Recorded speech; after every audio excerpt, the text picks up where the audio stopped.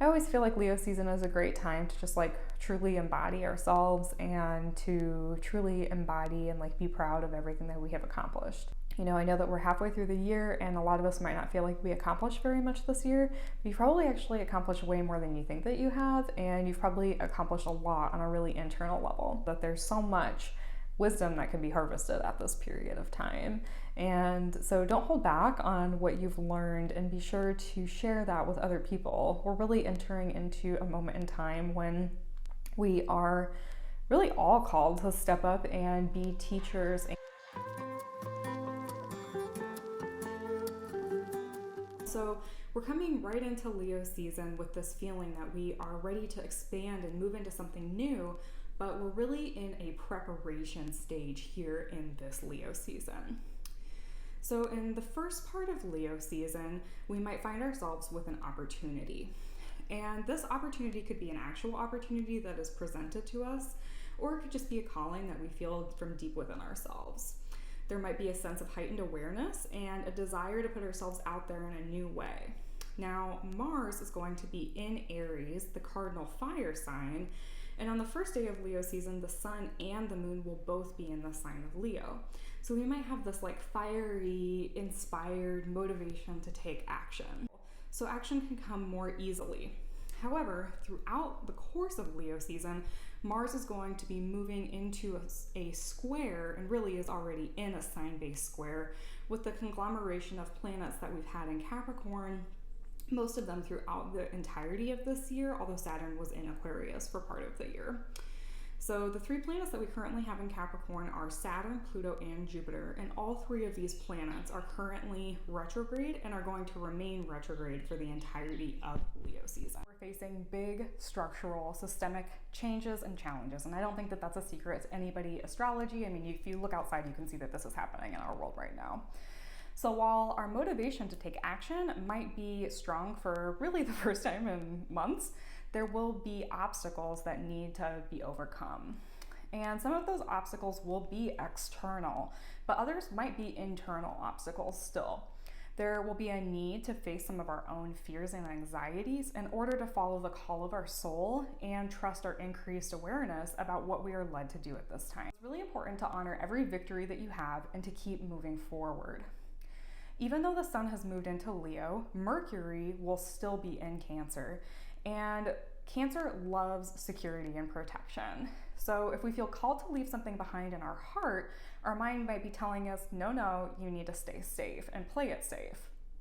Trust that in this first part of Leo season and the first 7 days, that you don't need to take any decisive action at this time.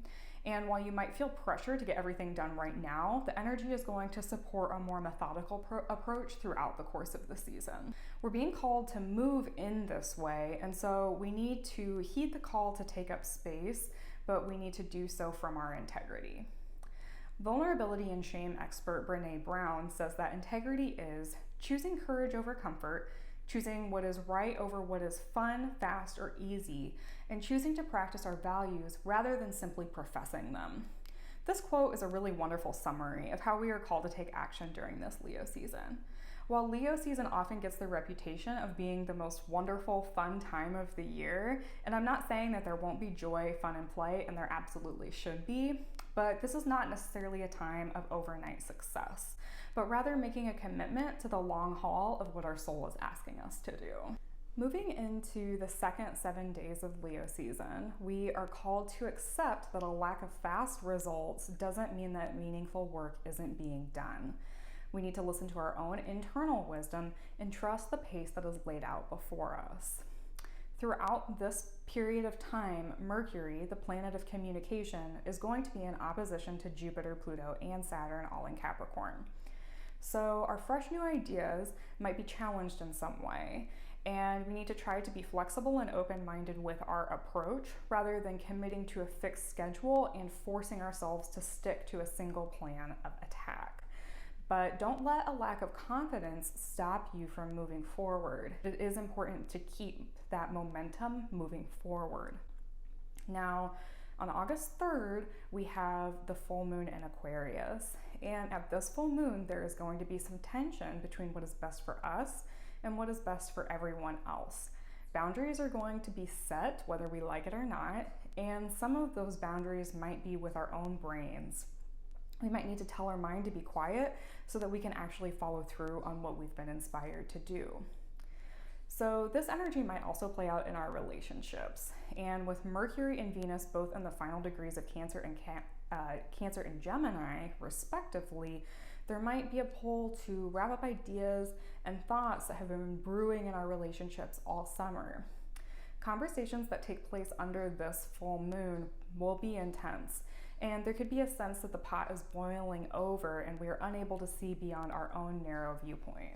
Seemingly fated relationship decisions can be made during this time. The North Node, the collective direction that we're all moving in, is going to be conjunct to Venus in Gemini here at this full moon. If we feel oppressed, we will be motivated to take action from those feelings. We might feel challenged to liberate ourselves and bring something to completion. The very next day, late in the evening, Mercury will enter Leo.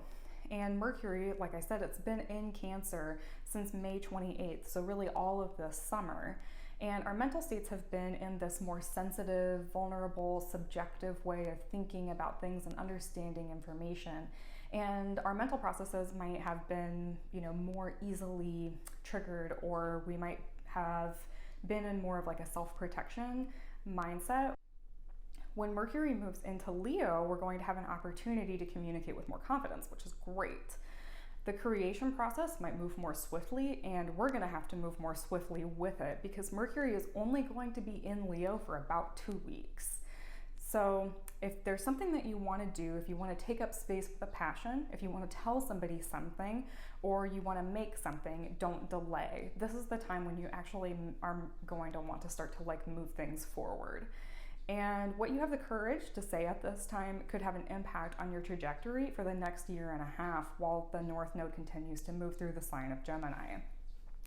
If you feel called to learn something new or open to a new way of thinking, follow that internal wisdom and don't limit yourself. Now, moving into the third part of Leo season, there might be a need for recovery after this full moon in Aquarius, especially if we experienced any major endings or completions in our lives where boundaries were drawn and we might have been either on the receiving end or we maybe drew the boundary ourselves, but now we're on the other side of it trying to figure out how to move forward.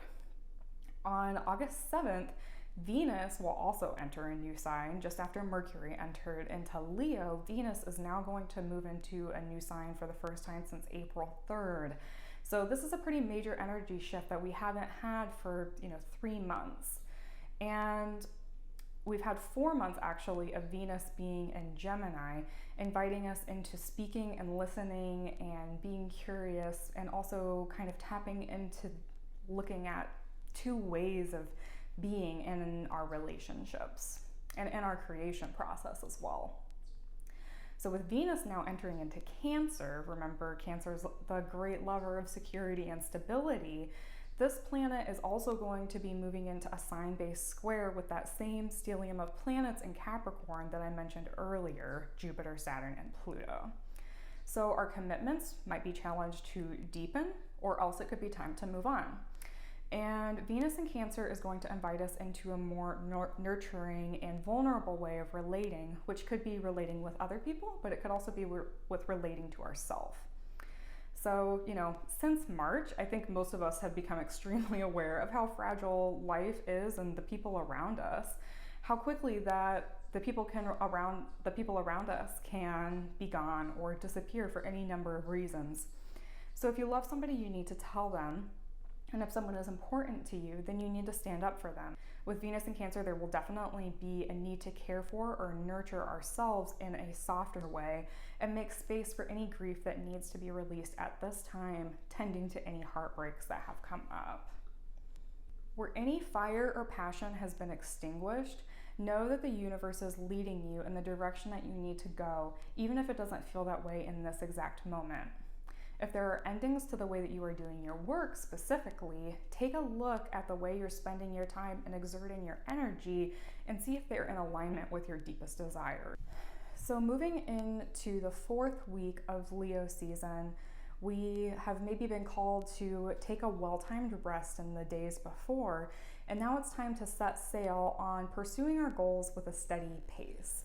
While it might feel that some things are coming together under the energy of this week, we need to be really tuned into our internal wisdom at this time and move when we're called to move and rest when we're called to rest.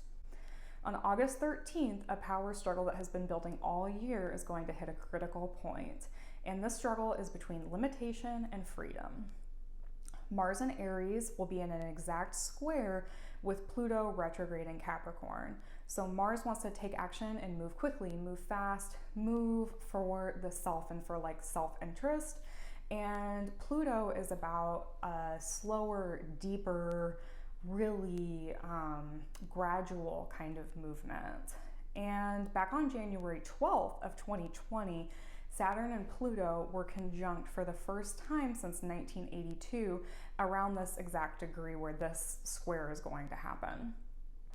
Structures and foundations are being challenged, and we are looking deeply at the dark underbelly of these towers. With this square, there is a feeling that action needs to be taken, but the systems that are against us have an upper hand. Powerful identities may bring forward their thoughts and take action from independent shadows and speak with immovable confidence. Decisions made under this energy will have an impact for generations to come. As this new information is coming forward, Uranus is going to station retrograde in Taurus on August 15th. Now, Uranus stations retrograde every year for about 6 months, so you have been through many Uranus retrogrades. Uranus began their journey through Taurus in May 2018 and then moved completely into the sign of Taurus in March of 2019. Sensitivities will be high when Uranus stations retrograde, and shadows and wounds might be even more visible. Last year when this retrograde happened, it was from August 12th to January 11th. And on the first day of that retrograde, thousands of anti-government demonstrators flooded the Hong Kong airport in a stark display of power of the protests to bring one of the world's busiest transportation hubs to a near halt. Now, I'm not saying that this exact same thing is going to happen this year, but that gives you kind of a sense of the energy that Uranus retrograde, it can align with some of these like bigger events. A few days before the end of Leo season, on August 18th, we're going to have a new moon, and it's actually going to be conjunct to Mercury in Leo.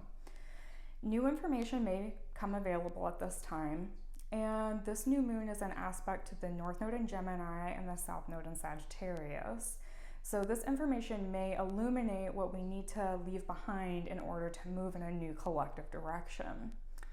Some of this new information might have to do with individual actions that will overcome systemic patterns. It's time to say goodbye to old thought patterns for ourselves individually and also as a collective. Old ways of learning and moving need to be left behind. Now, this nodal axis also has to do with education and travel, so some of the information that we receive around this period of time might have to do with these areas of life. In the fifth or final few days of Leo season, we are going to be in a transitional and conflicted state. We're at a major turning point, and we might be invited to take a pause before we continue forward. Mercury, very quickly, like I said, moved through Leo really fast this season and is going to enter into Virgo on August 19th.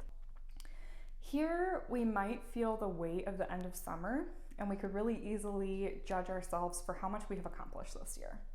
It's important to keep in mind that the astrological weather of this year has been extremely intense, and for the last few months, Mercury has not been in a state where it can really think and process information in clear and succinct ways.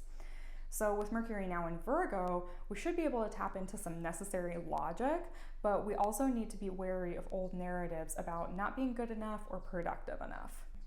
It's time to drop our defenses in the way that we're expressing ourselves and use our words in their power to be of service.